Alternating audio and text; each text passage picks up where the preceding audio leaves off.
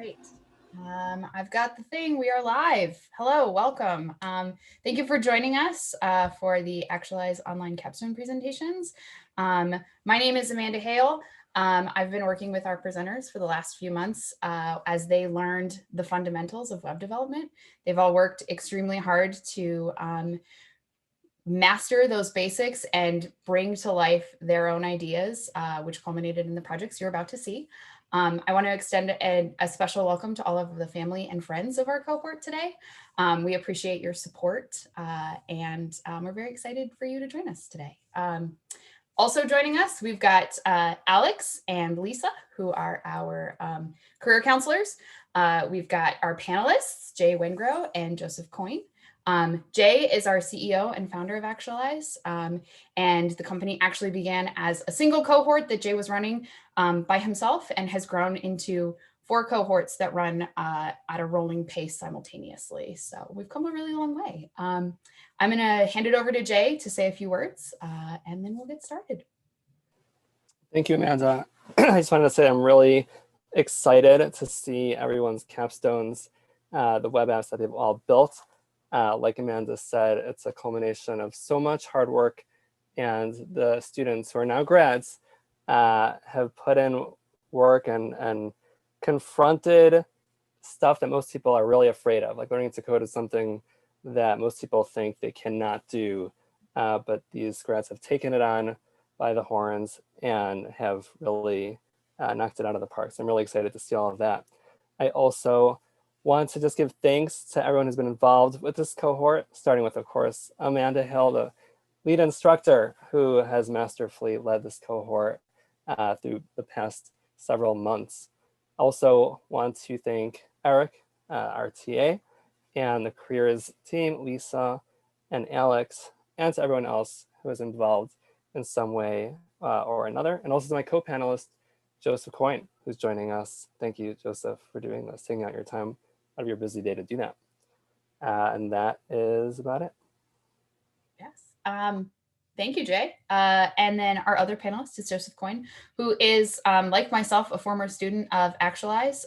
Joseph, why don't you tell us a little bit about what you've been up to since you left? Yeah, thanks. Yeah, I'm Joseph. As Amanda said, I was in Actualize. I was in the semester before hers, and got my start into the web development. Did that, and then basically just dove headfirst into trying to teach myself everything I could about it. And the job market was definitely a little tough, going out of it. But the thing is, it's they tell you perseverance and stick with it. And eventually, I managed to get myself into a position where I was the best candidate for a job that went from contract to hire, and now I am the lead web developer for a app company, I guess is the best way to say it. They build apps for companies that need apps, and we do that. So I do the web application. So I've been doing that for about 3 months now, and it's really awesome. It's exciting, and honestly, I owe it all to Actualize. So it's been a really good experience, and I'm happy to be back. I'm glad to kind of see how everything continues to grow and move forward with this. Thank you, Joseph. All right, let's get started with some presentations. First up, we've got Remington, and Joseph will be paneling for Remington today.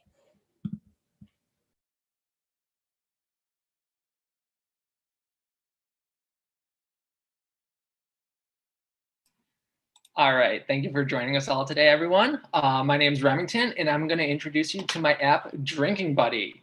So this kind of came personally to me because I have a background in the hospitality field. I've been in restaurants my whole life. So when my weekend comes, it's a Tuesday or a Wednesday when everyone else is working. So it's kind of hard to find some specials that are for a typical day of the week. So I created this app to help you find and sort through specials of the week. As we scroll through, you can see specials that I have listed on here, and something interesting like the glass sipper. When you scroll over it, it pops up and it says, we have this special on Monday, and it's $15 crafts of sangria. Well, this sounds perfect for me, so where can I find this? Upon clicking on that, it takes you to Tavern at the Park. We get a nice picture of the restaurant, so you know exactly what you're looking for, and right below it, I feature a map This was used through Mapbox, which I did run into some issues with geocoding, which if you're not familiar with, that is taking an address such as right here, 130 East Randolph, and converting that into latitude and longitude. So that did that automatically for me to render this point. Also, it gives you all the other specials that are featured here on Monday, Sunday, everything else. So that's great. So let's go back home and find out some other features that I have in here. So like I said, it's always hard to find a day of the week and just list it. So here, I've decided to make it functionality where we could filter through each special of the week. So let's go Friday today, and let's go with to the weekend. Free glass of wine with an appetizer. Who doesn't love food and wine? And it just so happens to be at a restaurant named after me. How convenient. Beautifully located right across from Millennium Park. And their one special is the free glass of wine with appetizer. At the top here, featuring my nav bar, we could either go back home or I have all my restaurants available. So coming here, instead of looking at just the specials, here are all the restaurants that I feature in my database. We can scroll, see a lovely image of all of them and say, you know what? Tell me more about this Square Celt Ale House. From here, we can see they have Wednesday night, they have $10 buckets from 6 to 9. Well, that's great. And then this feature here just brings us right back to the all restaurants, so you don't have to keep looking at the specials page. Also, on my other nav bar, they stack, so that's pretty cool, but it says, oh snap, you don't have access to this yet. Please log in. So I have my register up here, pretty basic, but I already have an account, so let's just log in for now. So I'm just gonna put in my username and password and click submit. Now, when I pull down this nav bar, I can see that I have new restaurants and new specials. So let's create a new restaurant real quick.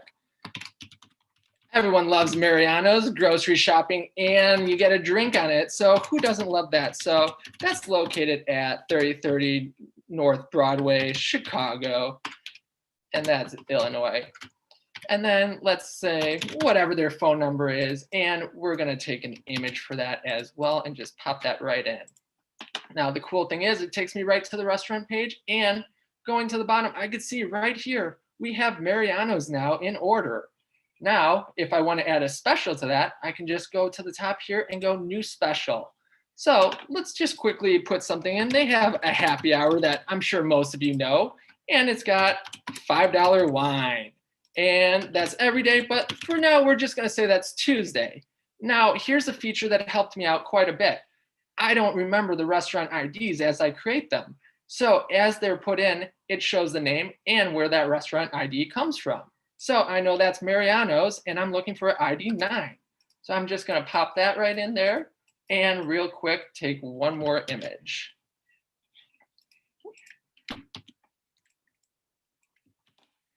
And pop that down there and submit that. Now we're back to our home page. We're at the very bottom now, we can see, here's our happy hour with our wine glasses, $5 wine, right at Mariano's. So now, if we just go back to the home page, that's pretty much the main functionality of this. If you want to get to know me a little bit more, I do have my Facebook and Instagram linked up here. And finally, I know everyone's just been eyeing this nice frosty mug of beer up here. So thanks for all coming and cheers.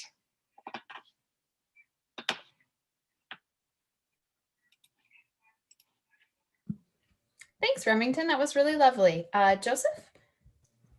That's really great. That speaks to me a lot because I was actually a bartender for about 8 years before I started this career path. So that speaks to me.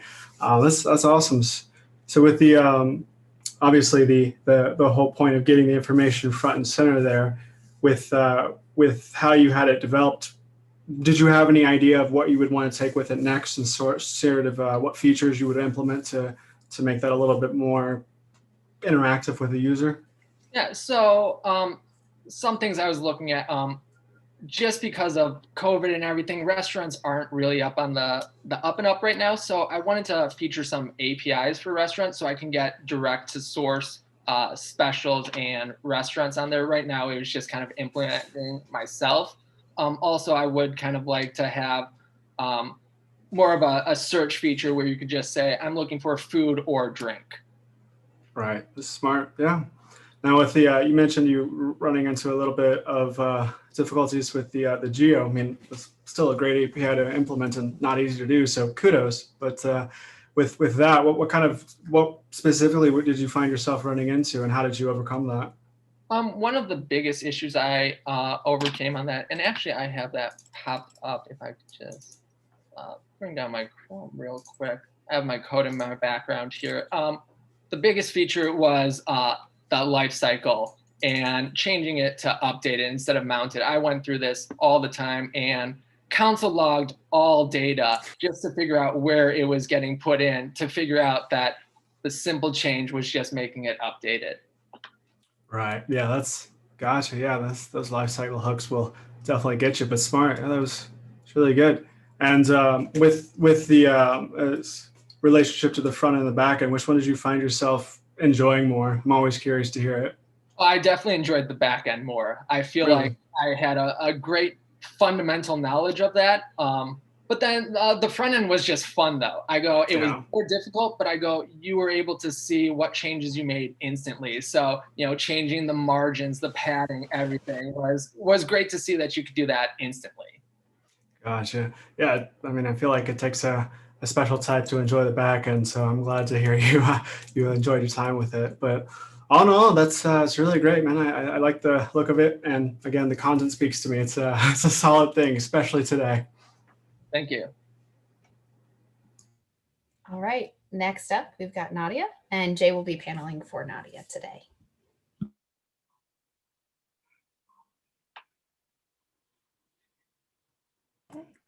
All right. Hello, my name's Nadia, and this is my app 55. Some of you guys may be aware of the apps like Facebook Marketplace, OfferUp, Depop, those types of things where you can sell your own goods. And I thought, what if instead of selling, we trade them? So here, users can create an account. I'm here, and I'll walk you through it. I already created an account, so I'll just log in. So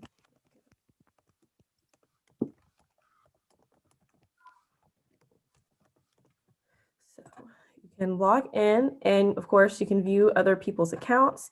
Here they have their username, what they're looking for, a description of the item, and what city it's located in, and then the state and zip code. Here would be where you could contact them and get their info. Here's where you would update, and then this takes you back to home. I could show you guys how they can create an item, which is, I'll use some quick dummy data. So this person they have a pair of shoes that they want to trade. So we'll just bring those down here.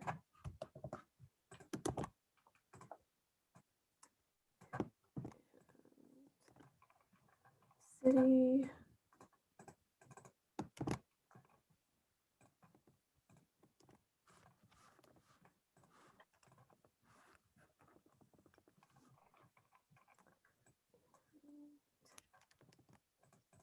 All right, they can post.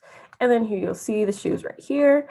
And if they need to update it, they can update it right here. Say maybe they accidentally misspelled something or they need to delete the item. They can do that right from there. And then the product is open.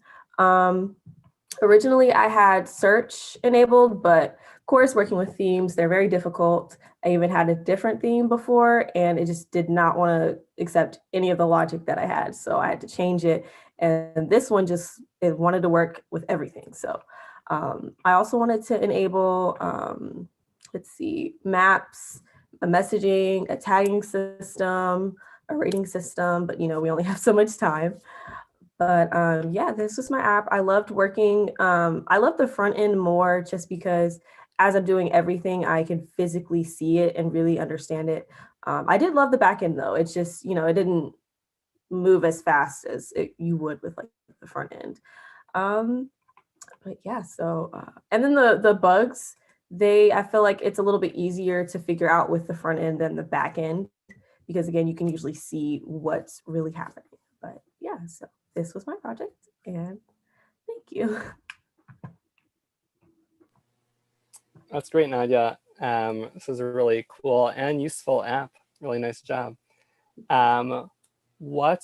there anything that like surprised you particularly when going through the process of planning and building this capstone?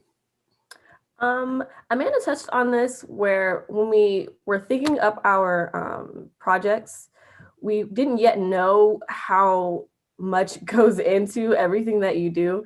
So like I had like a long list of things that I was like, yeah, I'm gonna get this, gonna get this. And so the time it takes and just working with themes, how like the HTML is very tricky and it doesn't always work how you want to. And I think it was a good, like, also surprising lesson in learning how to work with other people's code instead of just hard coding it ourselves. Mm-hmm. How is the backend implemented? Is it like a JSON API? Yes, I can show you my back end real quick. I have my front end up. You don't have to, but I'd be happy to see it. So yeah, here we go. Sorry, it's really big. Yes, JSON. Mm-hmm. So this is a Rails backend, the JSON API. Very cool. And then is the front end using a particular JavaScript framework? It's using Vue. Vue.js? Mm-hmm. Yes, Vue.js. Okay, very nice. This is a great project, Nadia. Really impressed. Congratulations. Thank you. Thank you, Nadia. Next up, we've got Wendy, and Joseph is going to be paneling for Wendy today.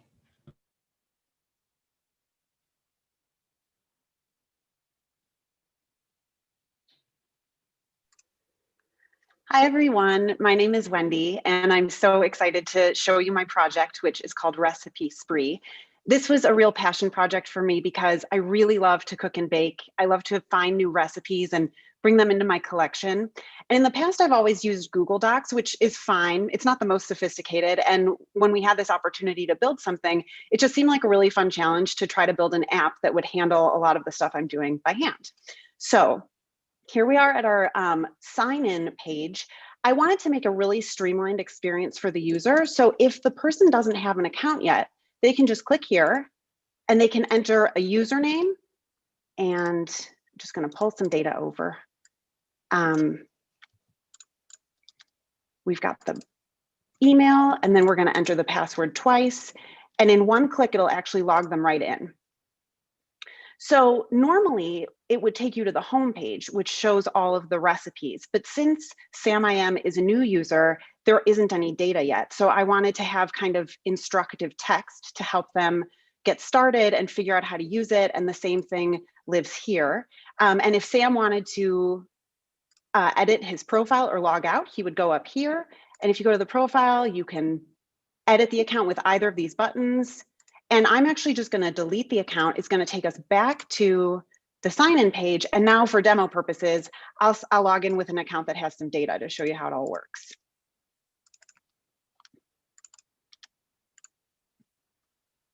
And here we go. So now we're looking at all recipes for this user. One thing I should mention is that this is not a social cookbook. This is a private collection. And a user can go in and add all of these recipes. See, you have a photo, you have the title, the source, and these little tags, which are categories that the user creates to organize the recipes. So as you can see, there are a lot of recipes here. So I wanted to have different ways of kind of dealing with the data. So if a person's more comfortable looking at a list, they can just click here and see a little bit of a more simple layout. You can also sort by, we have the newest at the top. We can look at the oldest. We can do alphabetical or reverse alphabetical. I just wanted different ways to be able to sort. I built my search functionality on the back end. This is actually accessible from any page of the app. If I click here, it lets me search. And I built it so that it can accommodate multiple search terms. So for example, if I put in the words soup, chicken, onion, it's going to return every recipe that has all of those terms. And I also wanted to call out that if a recipe doesn't have an image, it has this default image so that they all kind of have a similar format. So the other way that a user can kind of filter through their collection is with these tags. So I could easily click on one of these tags, but just to show you all of them, I can go here and I can see all of them in alphabetical order and say, what am I in the mood for? And since we're celebrating the end of our boot camp experience, I think we should have dessert. So if I go here, it shows me all of the recipes. This is meant to be sort of like a mini index, but it's different in that this is only showing me recipes that have this tag dessert. Again, I can do a list view, I can sort. There's also some added functionality that we don't have when we look at all the recipes, which is if I want to change the name of the tag to dessert with an exclamation point, I can do that. It changes right away. Also, if I delete a tag, it asks me if I'm sure, because maybe I clicked it by accident. I don't actually want to delete this tag. If I did, it wouldn't delete the recipes. It would just remove the tag from the entire app, so you wouldn't see dessert anymore. Now, if I go to a specific recipe, like these delicious cookies, this is what it looks like when you look at an individual recipe. So you've got the title, the source, and actually if you click this, it'll take you out to where it came from. We have the tags that we saw in the other view. We have prep time, servings, the head note from the recipe, ingredients, instructions, and then you'll notice I have, again, at the bottom of the recipe and at the top, these little action buttons to make it really easy for the user to edit the recipe or delete it. One thing I wanted to call out is we have all these tags, so how do we actually deal with them? So this is our tag manager. And the idea is I can add a tag to the recipe. I can select a tag if I want, like one pan meals, and submit, and then it adds, but that's not true, so I'm just gonna take it off. And if I wanted to add a new one, I could go to select a tag and create a new tag, and I'm gonna use the tag baked goods. So when I submit it, I set it up so that when I go here, it's immediately refreshed and baked goods is there. So if I delete a tag from here, it doesn't delete it globally, it just removes it, from the recipe. So the next functionality is editing a recipe. So if I click here, it brings up this populated form. It shows me all of the information that I have here, and these have line breaks, and those are actually preserved when it displays on the screen. So let's say I wanted to add a note. I have a field where a user can add notes. So this is what I thought of these cookies.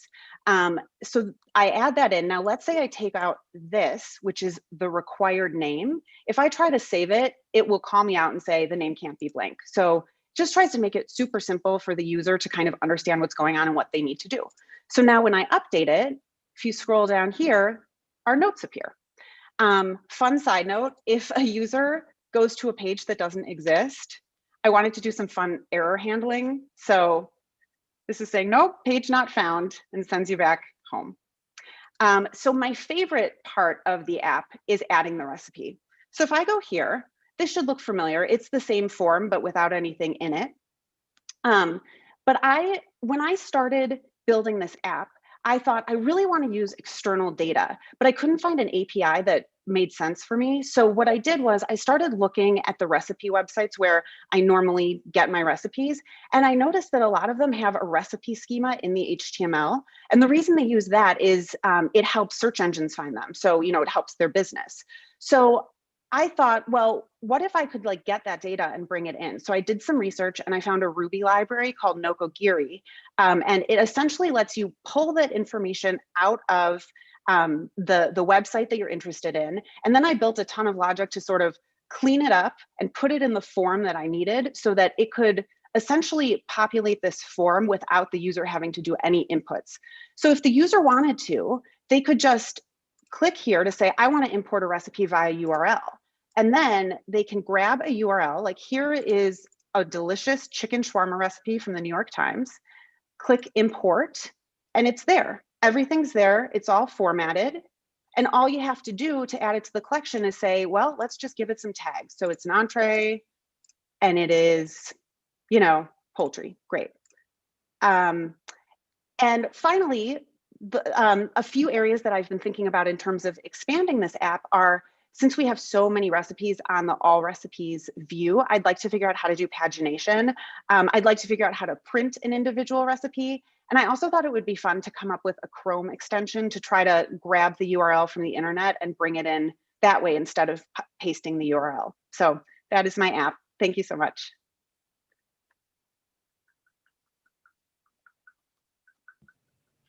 Thanks, Wendy. Joseph? Sorry about that. I forgot how to use Zoom. That was really well done. That's a very beautiful app.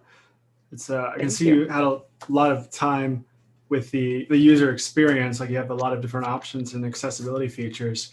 Was that something that you already had in your mind that you wanted to approach, or is that something you kind of discovered as you went into it? Thanks. That's a great question. Well, I have a background in working in tech and helping teams build software. I've been in more of a facilitative role. So working with clients and working with developers, I've always thought about like, what's the best experience for the user? So it was really interesting to go through and kind of, instead of just coming up with and articulating the vision, being able to build it exactly how I wanted to. So it definitely, I had a lot of ideas up front, but as I went, little things like, for example, this little spinner, that came up as I was going. I thought, well, if they're waiting, they should know that it's loading. So let me add a spinner. So there were a lot of little fun things to build in that way. Awesome. Yeah, no, it really kind of comes through that you know how to look for what people need in that. That's really great. In terms of the back end, because obviously you've done a lot of work on the front end. The back end, what did you enjoy about that? How was your time with it? Well, I love working on the back end.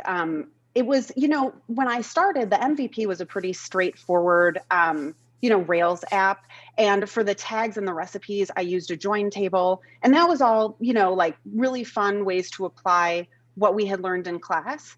But coming up with the logic to do the scraping and, you know, importing the URL, that was really challenging and really fun. I like the front end and back end equally because I think they pose really different challenges. Nice.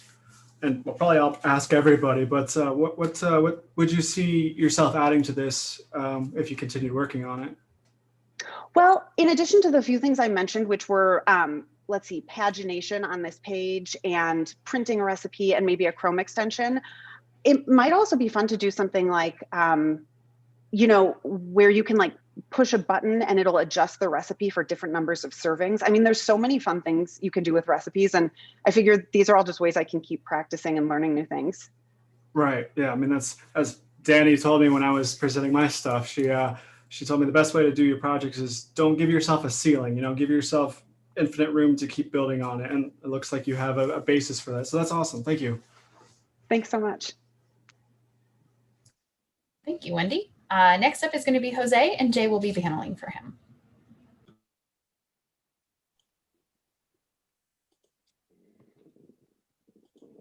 Hello, everyone. I'm Jose, and this is my app. This idea came to me when a buddy of mine has a business, and he dedicates himself to renting chairs and tables to people like on parties over the weekend. He was telling me how he had to do everything manually, and my idea was making a website for him. So if you log in, this is the home page. You can scroll down and you can see what they offer. They offer chairs, they offer tents, bouncy houses as well, tables. Um, and yeah, a user can come in and browse their stuff they have. And if they want to make an order, they could all easily sign up here. Let's say I have a party for this weekend. I'm celebrating finishing this cohort. So we write here our information, where to contact them. We give them an email.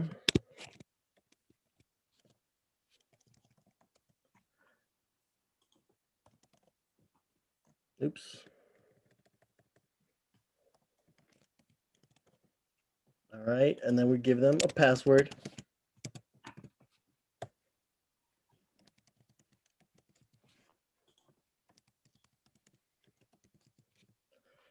And we log in.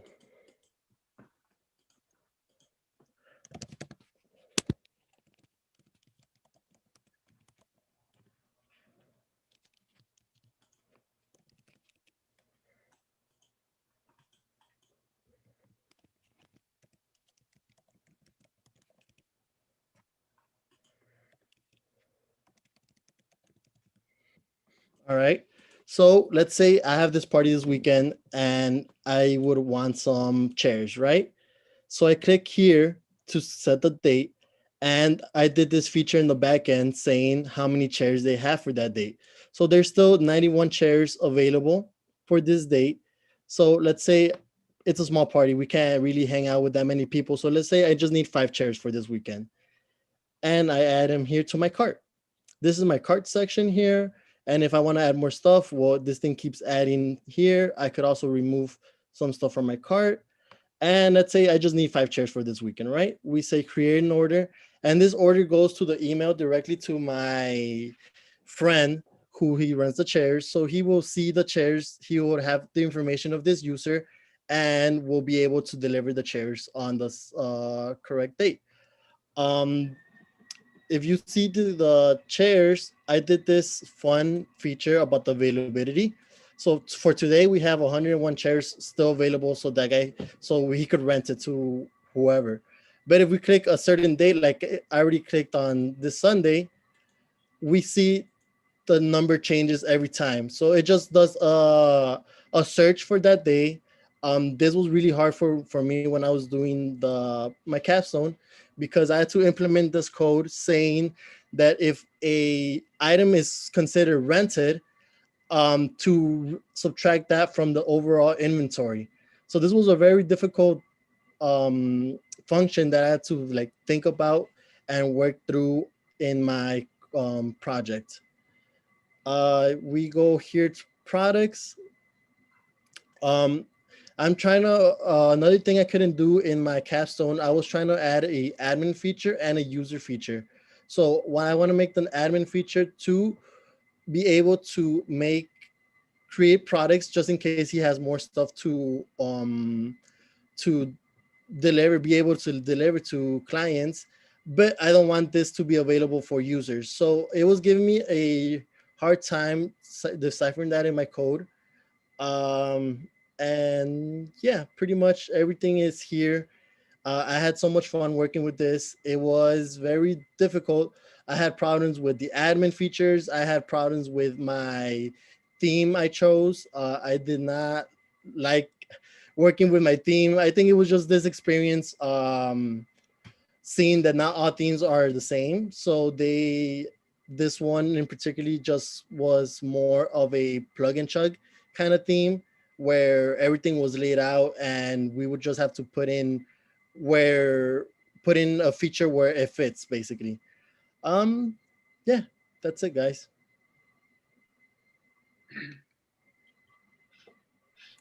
Jose, this is great. I love that you applied it to someone's real business problem, and I hope that you'll be able to launch it for them.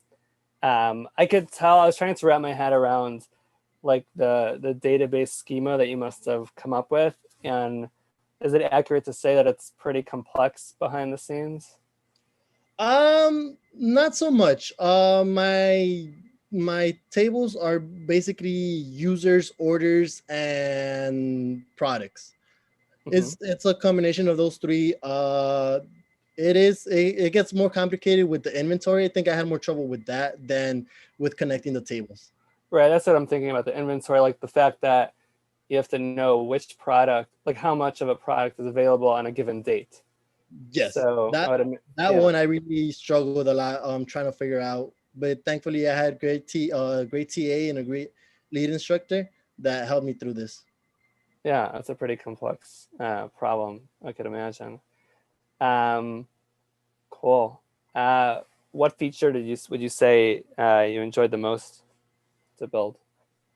I enjoyed everything. I really had like more of a satisfaction once I finished doing the inventory, just because it gave me more trouble in the long run compared to everything else. So when I finished that, I was really excited. I was really happy that I was able to do that from scratch. Yeah, that's awesome. It sounds like it's not so coincidental that the most challenging feature also ended up being the most fun and rewarding, which is a good sign. Cool. Jose, this is a fantastic app. Really nice job. Thank you. Thank you, Jose. Next up, we've got Ryan, and Joseph will be paneling for him today.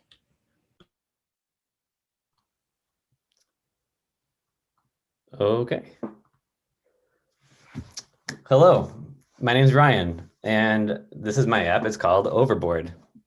A little bit of the inspiration from this kind of app came from just my overall love of all things board games. I love how colorful they are. I love the pieces. I love like the tactile feeling. I love bringing people together. Like just something, the simplicity, like the lack of technology, but still having like a good time. That was a huge deal for me. And when I walked past my board game cabinet, I realized I have all these cool board games, but nobody knows what I have. And I kind of thought, let's try to find a way to get the dust off of these games. And secondly, I really like collections. I've always liked collecting stuff. And I also like showing off things. Like I know it's a little vain to say that, but I just like to like, look at all my games. I want people to know what I have. And this app allows you to show digitally what kind of games you have. So on Overboard, a user can create a profile. They can browse our game database of over 100 games to add games to their personal profile or their digital shelf. Then they can also look at other members' profiles, see what games they have, and then make a meetup based on the games they have in common. So let's get started. I'm going to sign myself up today. Oop.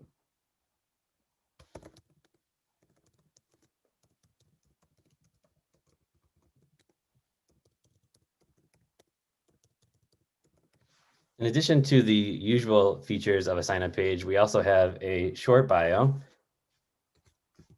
and a avatar or a profile picture, which I'm going to grab real quick. Oops.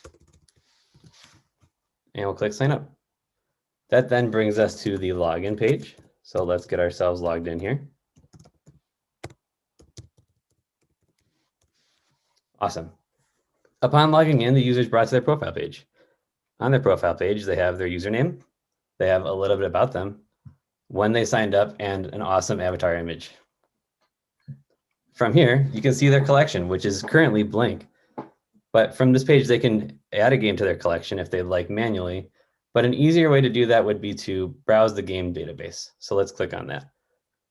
From here, we have all of the games in the database. What I did for this particular feature was I used the boardgameatlas.com API, which is a website that houses thousands of board games, and they rank them based on user ranking.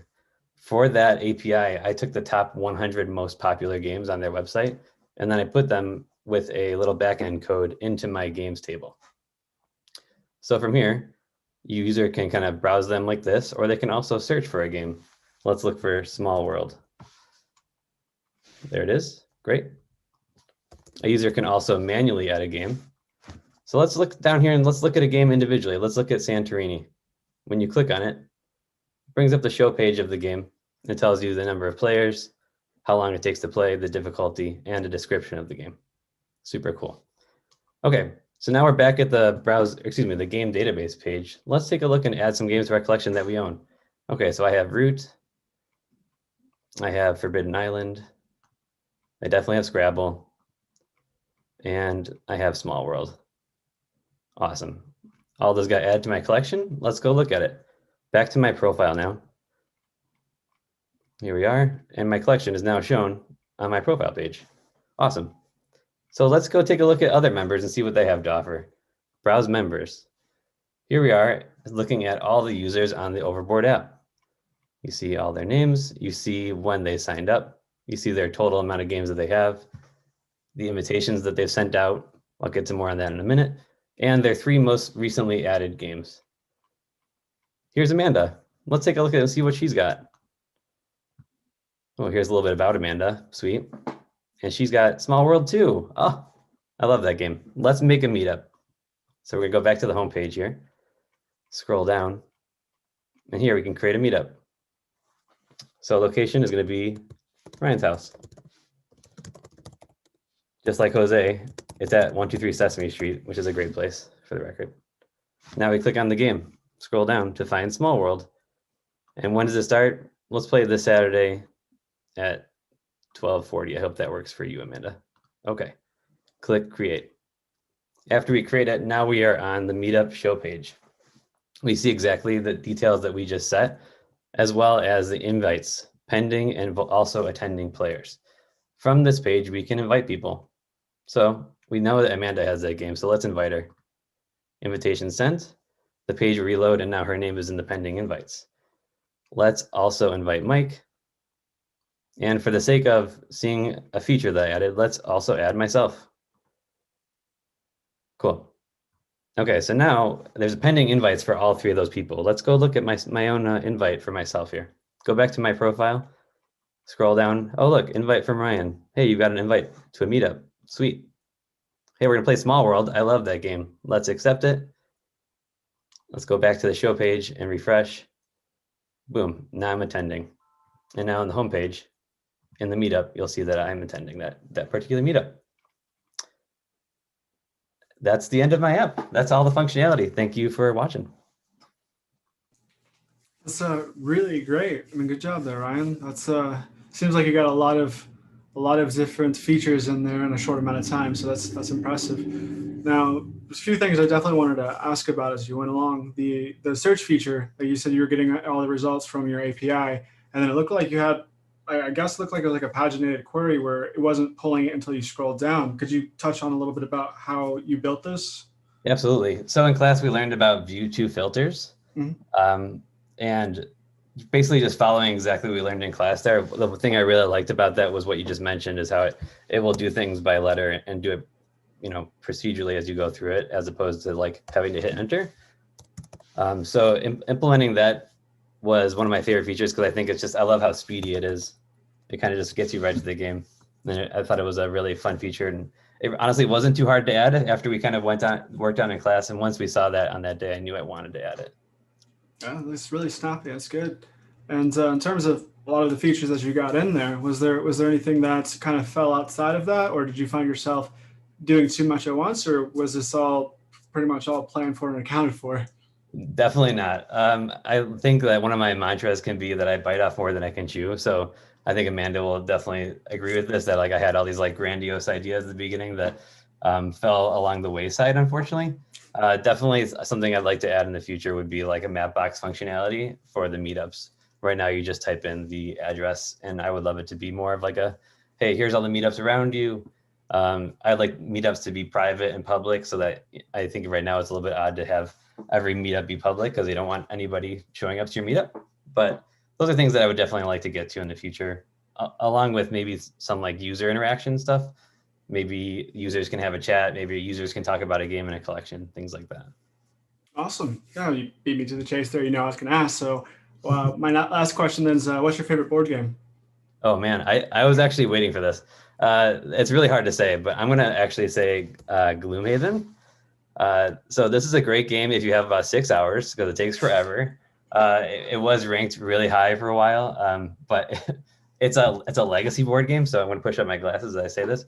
It's a game that you play over the course of like a couple of months, and you pick one character, and as you do more and more quests, you unlock more abilities, and then you unlock more characters to play. So the ability, like that procedurally played thing, is great. But yeah, if you notice here, the duration says 150, but that could easily be like double that. You really got to commit time to it. But that would be my favorite game.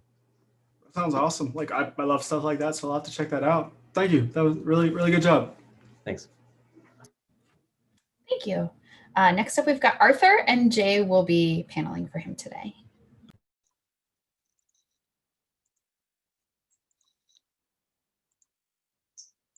All right, let me get up my dummy data tab here.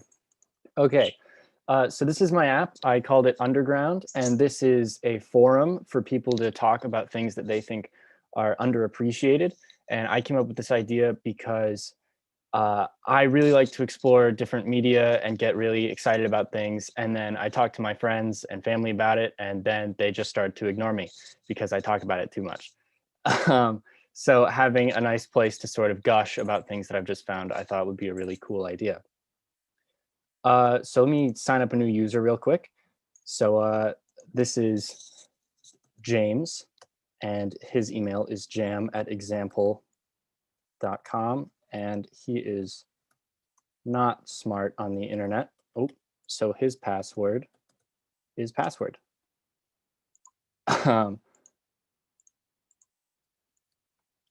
And then this takes you to the login page, which I might want to just make a feature to auto log somebody in, but that's for later.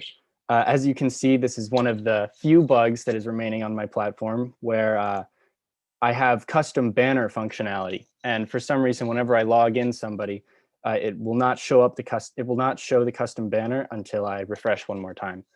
But once you log in, you can go to your account page, which was probably my favorite part to actually implement. And you can edit your account and add all this new information. So let me just grab my dummy data here. His favorite game is Guitar Hero, man after my own heart. I love that game. His favorite movie is Chef. I watched that last night as well. Very good movie. His favorite band is a small band called Lawrence. And his bio is, hi, I'm James. I like stuff. And let me grab my picture links real quick. These should hopefully work. Yesterday during the example presentation, I accidentally screwed this up. Okay.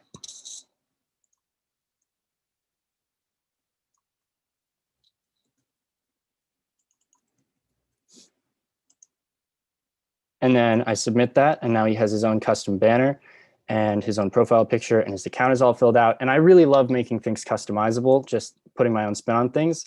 These filters will work if you have more posts, so maybe I can log into my own account and show that. But once you have an account, you can now create your own post. So let's say he wants to post about a game.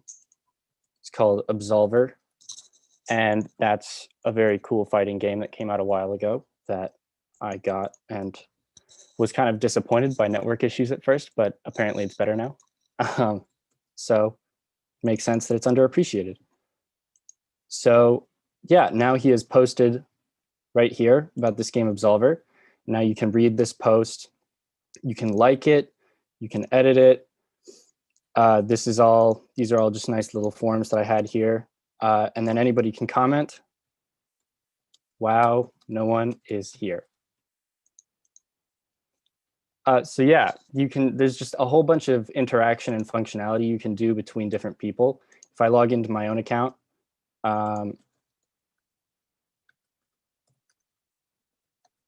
and my password is also password, so I'm not really any better on the internet.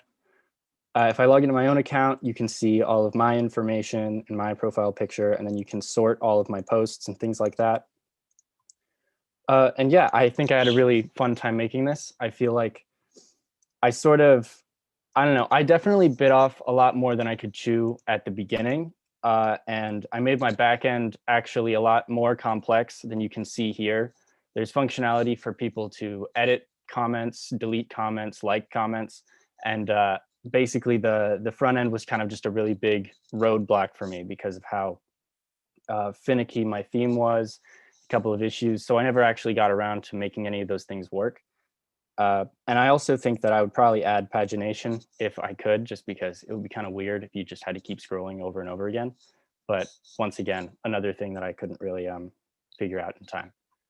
But yeah, that's pretty much all of my app. So yeah, thank you.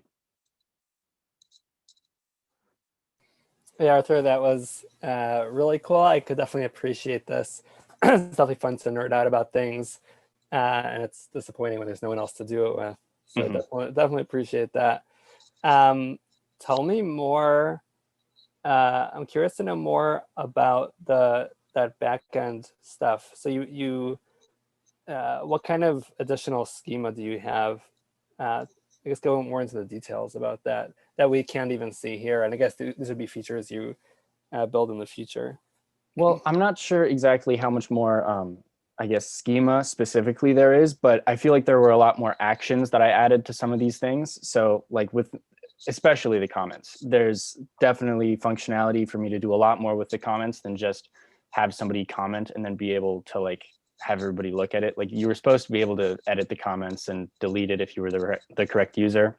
But then I don't know, for some reason I have a hard time in Vue.js sometimes, so it didn't really get finished in that way.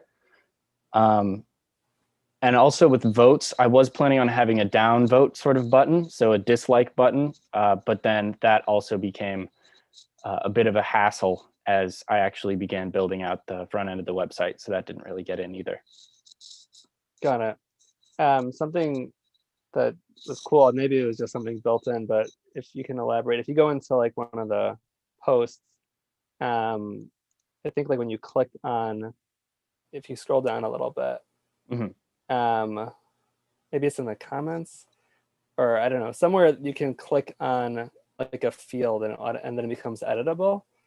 Oh, that's my edit post button. I have it conditionally rendering these text inputs so that I can v-model off of them and then just change everything. So chef, 3 exclamation points, and then it. Because it looks like it's not editable until you click on it, and then it becomes editable. Oh, I think that was just how they styled the edit the boxes. styling of it. But yeah, I did think that was really interesting. Yeah, it's an interesting design choice that they made. Cool. Would you say that you? I think I know what you're going to say to this, but sounds like you feel. I guess you enjoyed the back end more so than the front end. I'm actually not really sure, just because I do really like thinking about user experience and how people are going to use the website, and I like thinking about how websites look. But I also am very self-critical a lot of the time. So like, I always look at something and I'm like, that could be better. But then for some reason, with me, working with the front end always seems way more finicky than with the back end. So I always feel like I can get the back end just how I want it, way more than I can get the front end. Got it. I guess because of the visual component, it's a lot easier to be perfectionistic about that for sure. This is great, Arthur. I really like this app. Congratulations. Thank you. Thank you very much. Next up, we have Asia, and Joseph will be paneling for her today.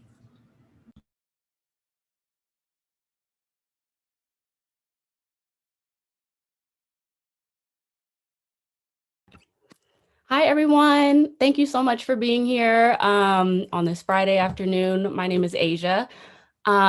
I decided to build this app because I am like a huge music junkie.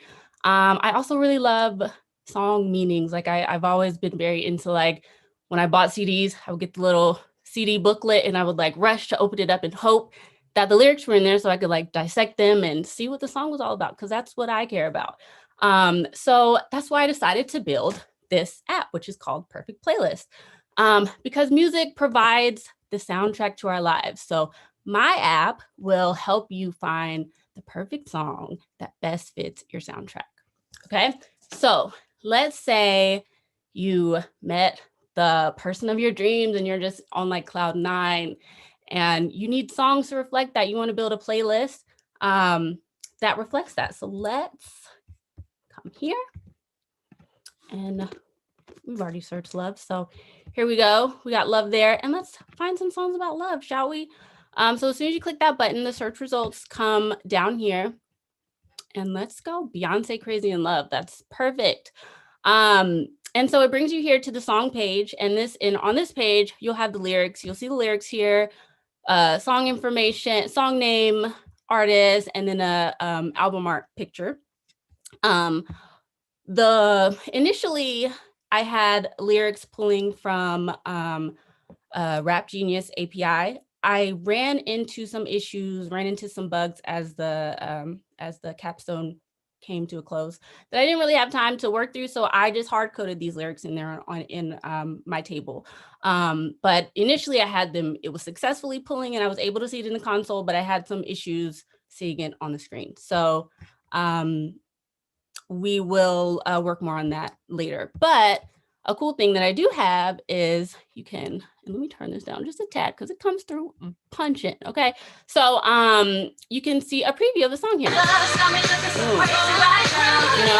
Let's see if we even like the song, to see if we even want to add it to our playlist. Eventually, I have a button here that I did try to get working, but ran into some issues because I am using the Spotify API to get the song previews, but I just wasn't able to get the OAuth working because it was a bit advanced, and we just aren't there yet. But I'm gonna get that.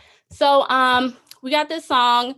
Let's go back and search again, because unfortunately that relationship didn't work out. Ugh, that person was scum. So we need breakup songs now. So let's go back here, get some breakup songs, keep it with the Beyonce theme. Let's go here, Irreplaceable. What is this song? So, you know, again, kind of same thing. Got another preview. Sorry if that was loud. As I said, it comes through punching very hard. So if your life isn't that tumultuous and, you know, you don't have like this roller coaster ride of a relationship, you can just go here. You're not really sure what you're in the mood for, but you can still come to my site and look at all the subjects we have here. And, you know, another thing that I kind of want to do is get some more data in there, but, you know, there is data in here. So you click motivation, you need some songs to motivate you. You got Rihanna here, Diamonds. You can click that. And each page has a search again button that will always lead you back to the homepage where you can come and just search for some more tunes. You know, I can see this app being able to be used by like your average music listener who loves to create like playlists and things, or creative agencies who need song ideas for commercials and things like that, advertisements and stuff. So with this app, no longer will we struggle to find that special song to fit our unique story. Thank you so much. And thanks for hanging out with us today. Very nice. I think that's I like the overall approach. It's very clean and to the point, and it's kind of like the Google page. The whole point of it's right there. So that's really well done. Now with the you were saying with the little issues of the API and whatnot, but what do you think would be the best way for you to approach it to get the last little bit going for you? Like how do you want to reapproach getting your lyrics showing up the way you wanted to? Yeah, well, so the thing about that is I was kind of like circumventing the Rap Genius API by using a scraper that I had found.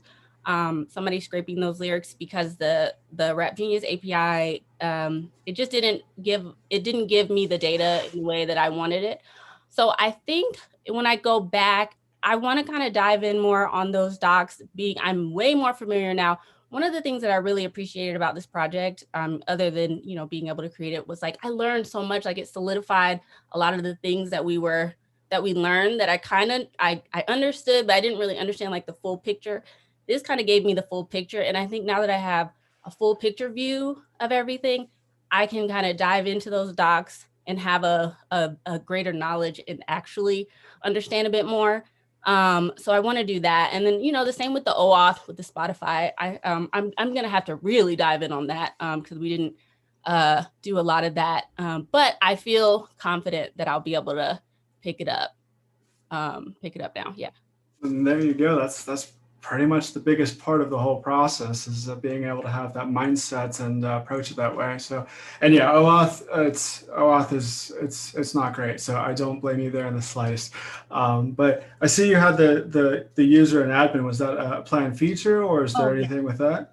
Yes, thank you for asking about that. I totally forgot to mention. So eventually I do have like user functionality and it does work. And I'll just go here and kind of show you guys like the sign in page, you know, or sign up page and the login page. I do have that and it does work. However, I just don't have any use for it right now. But eventually, I would like for users to be able to sign up for an account and maybe create like shared playlists on the actual app, along with being able to take it over to their Spotify, but like a community, so people can kind of, you know, search at other people's. What are these people's playlists over here looking like? Or and people can kind of create their own little playlists, and maybe even me as a developer like have some featured playlists that I have. Like, you know, I want to kind of make it more of a community sense too. Gotcha. But you gave yourself a good framework to start off with. I mean, you got all that. You know, it's not simple stuff up there ready to go. And that you found, like, you know, obviously you didn't need to sign in, but still the fact that you have it set up, it makes it so much easier to approach that as you go. So, I mean, that's really great. And again, I love the subject. And as you said, like, you cannot easily find places that show you the songs that what does it mean to you. And I like that. I like the subject overall. That's really good job. Thank you so much. I do have this admin page too. Eventually, it wouldn't show for like your average user. It would just be like a me or, you know, whoever I give admin rights to. So you could just add songs or subject matter and things right here. So Okay, so you gave yourself like an easy way to update your database and stuff like that. mhm. Very nice. That's smart. Good job. Thank you so much. Thank you. Next up, we've got Lisa, and Jay will be paneling for her today.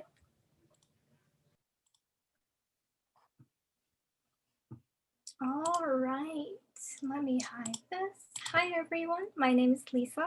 I made a cookbook app called Yuzu. The name Yuzu, if you're not familiar, it's actually a citrus fruit native to my culture. I'm Japanese, by the way. This whole homepage is actually very personal to me. If you ever, just like a fun fact, wonder on the flag of Japan, it's like a white canvas and it's a red dot right in the middle. If you ever wonder what that red dot was, it's actually the sun. Japan is called the land of the rising sun, and that's why I decided to do a little sunrise sunset feeling on my homepage. I also implemented this parallax, like layered feeling. So once you scroll, you can see that it's very responsive. I actually drew all these, like I'm Chicago based, so I drew a Chicago skyline, if you can notice that little bean right there. And I drew these layers, so that was a super fun feature that I like to implement. Homepage itself, it's super simple. You can either sign up if you don't have an account already, or log in, which I already have dummy data in my account. So I will go ahead and log into my fake email and secret password. Once you log in, you have access to the nav bar. And again, I love implementing like these little personal details. And so if you hover over my little logo that I drew, it's actually responsive. And if you click on it, it'll send you right back to this page, as well as the recipes, you'll be sent back to this page. Once you log in, you'll be welcomed back with a welcome back chef, a little personal quote from me, and just what's on the menu today. The first button that you come across is creating your own recipe here. And once you do, here are you put in these dummy data, and you can view all of your recipes all on one page. If you hover over each recipe, it is responsive, so you know exactly what you're clicking on. For each of these recipes, you can filter through either the title, the ingredients, or this tag feature that I have right on the right-hand side. Rather than folders, I decided to go with the tags feature just because you can add multiple tags to whichever recipe that you like. So let's go with, again, going with my cultural theme, let's go with Asian food. And it'll display that right there without even entering the button. And let's go with this. It's my go-to lunch. It's a Korean recipe here. You'll be greeted with the title and a big image. And you have additional information that you put in, such as serving size, cook time, ingredients are listed out here on the left. And on the right, you have these directions, which you can actually cross out. A lot of times when I'm baking, say in a bowl, I throw in some flour, some sugar, and you know, life happens and you get distracted and you come back to the kitchen and you don't remember if you put in the baking powder, and now it's a disaster. Now you can't make your cookies or cake. And so I wanted to implement that little feature there. You can also write a note to yourself, just like a little reminder. Say you made a recipe and the next time you want to make it a little less sweet, a little more spicy, you can just add a little reminder to yourself. And you can also share your recipe with all your family and friends on different social media platforms, as well as add individual tags to each recipe here. And also, I thought a physical, book with all your recipes would be fun, so you can print out your individual recipes as you like. And going back here, you can edit each recipe. You can delete your existing tags or add a new tag here. And going back to the nav bar here, you can see your tags in multiple places. I would hate to go to a page and have to go back to a page just to access tags. So you can access your tags, honestly, on any page here. It'll scroll through all the ones that you have. And of course, you can create an additional one. And if you go into one of these tags, let's go with, earlier we went with Asian, let's go with dessert this time. You have an index page of all your recipes associated with that specific tag. And of course, you can always edit and delete these. And another feature I implemented was the bookmarks. You have your own recipes, of course, but you always want inspiration from other people's recipes. So you can always add a new bookmark with a simple name and a URL. And this is the dummy data that I have. say I have this like brothy bean soup that I have. If you click on it, I'll do it in a new tab. You'll be sent straight to that external site for convenience. And of course, with anything else, you can edit and delete. Some features that I personally did not get to with the time constraint would be this grocery tabs. I at least have the tabs just to show you guys. This groceries list tab feature where if I were to be an individual recipe, I can add ingredients into this list. And I also have this calendar tab where if you wanted to add individual recipes into, say, a certain date, you can meal prep for the week. And I thought that would be convenient. And I think another fun one would be to implement like a whole playlist into this web page, just because I personally love jamming out to music and cooking at the same time. So I thought that would be pretty fun. And your profile you can view and edit as well. And that is my cookbook app. Thanks, guys. Hey, Lisa, this is really great. I could tell how much thought you put into the design. So really nicely done. It's a beautiful app. And it sounds like you need to get together with Asia and sort of merge your capstones together. So what was the most complex part of this? I see there's lots of different features. What was the most complex feature? I would say going back to my index page, since the user can either, they don't have to necessarily put in a recipe, but if they were to put in a recipe, their images can be, you know, different sizes and shapes, either oriented or portrait size. And so I thought, you know, once I have those, I wanted it to be stacked in a way, not like a specific size, but rather in like this block section where it's not like a specific framework. And that was like a way around, but it took me a while to think about that, how I wanted to present my data. Got it. And is it set up right now that a recipe is associated with a single tag, or can there be multiple tags? It can be actually multiple tags. So let's go to individual recipe. Let's go, ooh, what's the one that has multiple? This is one of my go-to desserts here.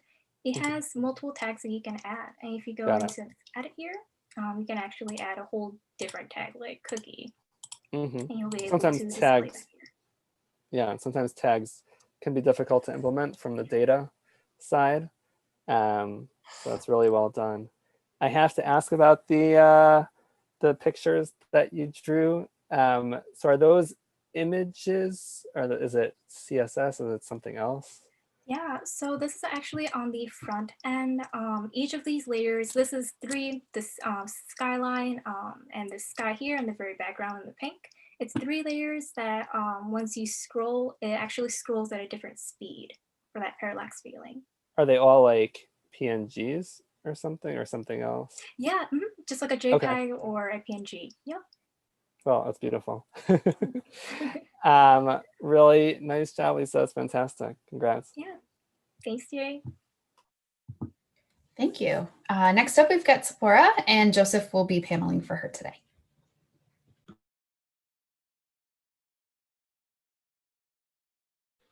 Hi, I'm Tapara. So what I did was that in the Jewish Orthodox community, our dating system is like a little bit different.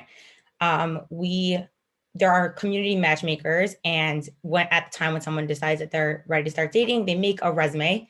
It's kind of like a work resume, but obviously has a little bit of different information on it. And they send it to the community matchmakers, and based on different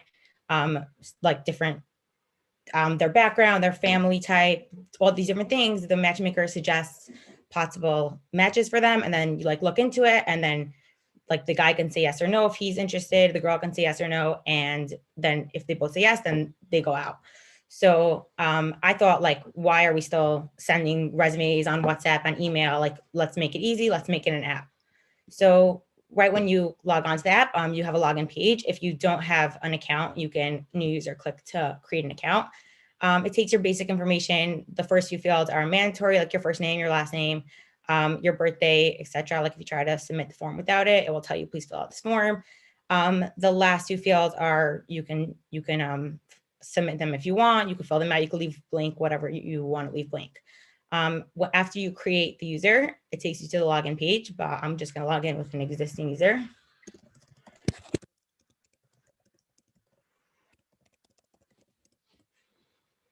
So right when you log in, it takes you to your profile page. You see all your information. Obviously, you only see the information that you filled out. If you leave a field blank, it just doesn't exist on your profile. There are default profile pictures. So like if you're female, then it will put like this one. If you're male, it will put a different one. I'll show you soon. But that was a little bit difficult because they're all the same model. It's all a user. So it was a little bit difficult to implement, like to differentiate between the males and the females in all the aspects of the app. So that was like one struggle that I came into. So you have the option to update your profile. So this just pops up and it's all your information is already in there. Let's say I decide to take out a field and I want to, let's say, change my profile picture because this is the default. I want to put in one. Then I just update and it takes out the field that I took out. Another option that you have is to save your resume as a PDF because although I hope everyone will be using this app, I guess some people will still be wanting physical downloads. And this was, I used JS PDF and it was like a little difficult to format. It was coming out a little funky, but I got it to basically work. And the more fields you have on your profile, the more fields that will show up on your PDF. So the next aspect of this is that you're able to see your matches. So it's like a privacy thing. It's not like you can go on the app and see anyone who signs up. You can only see the people that you've been matched with by the matchmakers. So let's say these people, I see that this is my account and I see all these people that I've been matched with. So here, I see that this one says it's a date because this boy already said yes. And I also said yes. So it's a date and it says, check your email for further details. I can also view their resumes, look at them. I can look into it. I also have the option to save their resume as a PDF. And then I can say yes. So if I say yes, then on their account, it updates as she said yes, as well as on my account. And then if they click yes, then it's a date and it says check your email. So this is the account. This is what a user account looks like. So now I'm going to show you what the matchmaker account looks like, which is the admin functionality.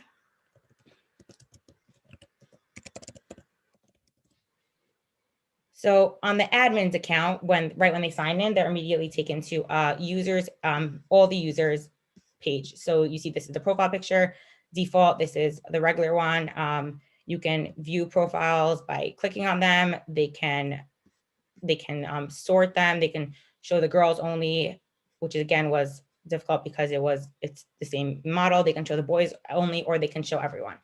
So a cool feature is that they could, when they view the profile, so let's say they decide, you know what, I think I have a good idea, I'm going to match with. So then it only brings up the boys now. So then I could view his profile. I think it's a good match, so I'm going to match it. So me as the matchmaker, I created a match. If I scroll down now, I can see the match that I just made. I'm also able to view the status of the matches. Let's say on Ricky's profile, I just said yes to this boy. So now I see she said yes, and I can wait until I see that he said yes. I also have the ability to see their information, save their resumes as PDFs. And for a match that they both said yes, which is on this one, for example, I have the ability to email Josh, which if I click it, it will, I'm sorry, I brought up my others. Oh, here it is. I have the ability to email Josh. It pops up straight to his email. I can email him about the details of the date. I have a function to email Ricky. So it told them to check their email, and that is why. I can also, I can view the status of the matches. I can go back to profiles and I have the ability to control, but it's only admin has the access to see everyone's. And yeah, that is my app. Very nice. That's really well done. Like I definitely takes it to the level of a web app. There's so much integration between your email and downloading and all that. It's actually does a lot for you. So that's really cool. Now you have the savings of the PDF right there. You're talking. You had a little issues with that. I don't think I've ever actually done something like that. Can you touch on what went into that and what type of stuff you had to do to get it work for you? Yeah. So it was actually it was an idea that I had in the beginning, but it was not on my MVP. And after I finished, I had the time to do it. So I used JS PDF. It took me a while going back and forth, but basically what I had to do was I It's like I imported it. It's like a library that I used, and I just had to set like the rows and the columns to get the information to have the line breaks and not just come in as one big mush of paragraphs and data. Right. So, okay. So you had to like basically parse your own data to get it to download. Yeah. That's pretty cool. And in terms of like, I definitely understand the two different types of users that can cause a lot of mess. I was dealing with the same type of thing, and when I was working with similar projects, what with besides just the profile pictures, like what type of features do you have, or do you want to have that incorporates the different user types? So the matches is also, it's kind of like you're matched with another user. So it's like the belongs to and has many, you have many matches. So that was a little bit difficult because it's like the same, you're matching with the same table. So it's not like, so it was a little bit hard to implement, but it took a little bit of time, but we figured it out. And there's a lot of logic built in. I personally I thought I always liked back end more, but as I was working on the front end very much, there's a lot of logic because there's different buttons depending if you're admin, if you're user, if you're female or male. So I don't like the styling of the front end, but I did enjoy the building out the front end. I absolutely get that. I would say I prefer front end, but I hate CSS with a passion. So I'm right there with you. But yeah, that's tremendous. Like I think it's a great job. And again, like the taking a real world need that you have and putting it into an application to make it simpler. That's the number one cause of a successful app. So like, good job. Like it was really good. Thank you. Thank you. And bringing us home today, we have Pedro, and Jay will be paneling for him this afternoon.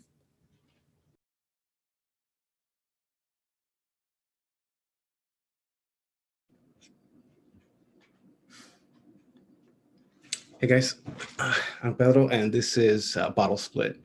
So Bottle Split is a beer meetup site where fellow beer nerds could come together and share some of their favorite brews.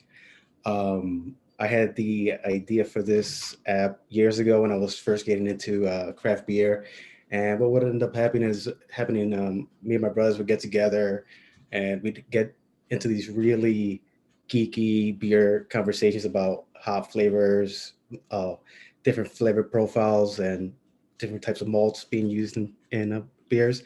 So yeah, I built this site to facilitate more of those types of conversations. In its current form, Bottle Split is more of like a bulletin board site. Once a user signs in, once your user loads up the site, they'll be greeted with some cards of upcoming events. They'll be able to see who's hosting an event, the name of the event, and just a little bit of the beer that's going to be offered. If they click the more info button, they'll be prompted to sign up, and let's do that. I'm going to log in with my account because I already have some data in there.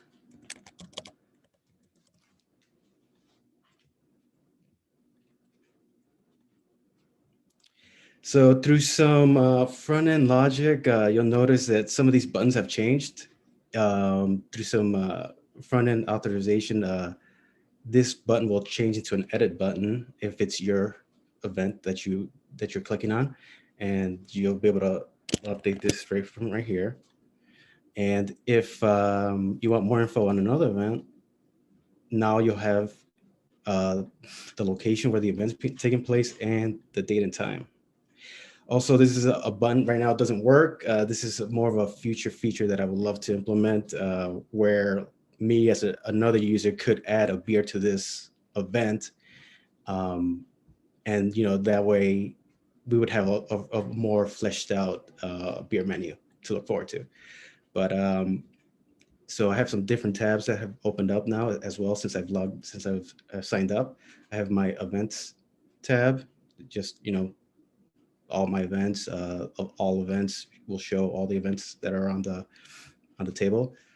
And if we create an event, I'll show you how that works. I'll just call this only the classics. Event date. taking place next weekend, 1 p.m. Sure.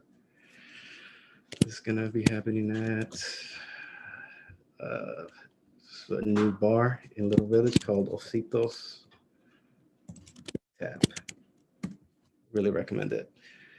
I'll be bringing one of my favorites, Zombie Dust by Three Floyds. That is an IPA, and just a little bit beer description. All Citra hop ale. So you'll notice a little bug that I thought I fixed, but just gonna need more work. So you'll notice that in the create event page, there was no field to enter an image. I thought it just wasn't user friendly to have like a text field here to plug in a URL. So in the future, I would love to implement a feature where we could give access to the user's camera on their phone and they'll be able to take a picture of their beer. But for now, through some back-end logic and how it works, if once the event is made and the beer image URL is empty, it'll automatically just grab this image file that I told it to look for. So yeah, you can see that now it works. What else can I show you? This is just more future features that I would love to implement.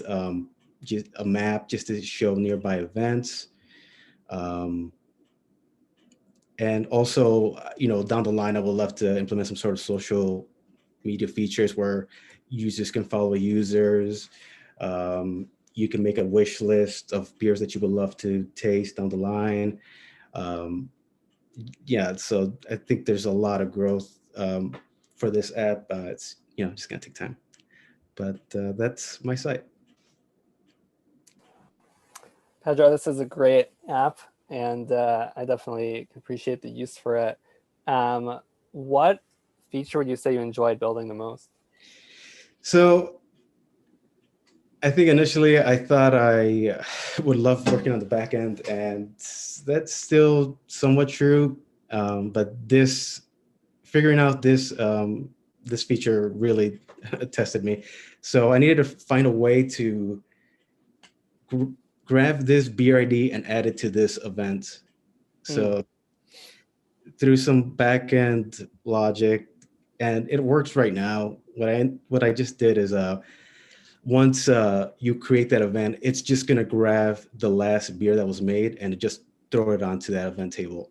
And it works now, with maybe just a couple of users, it shouldn't be a problem, but I mean, I could see it being a problem, if there's maybe hundreds of users on the same site, run into some difficulties. Right, a race condition. Yeah, that makes sense.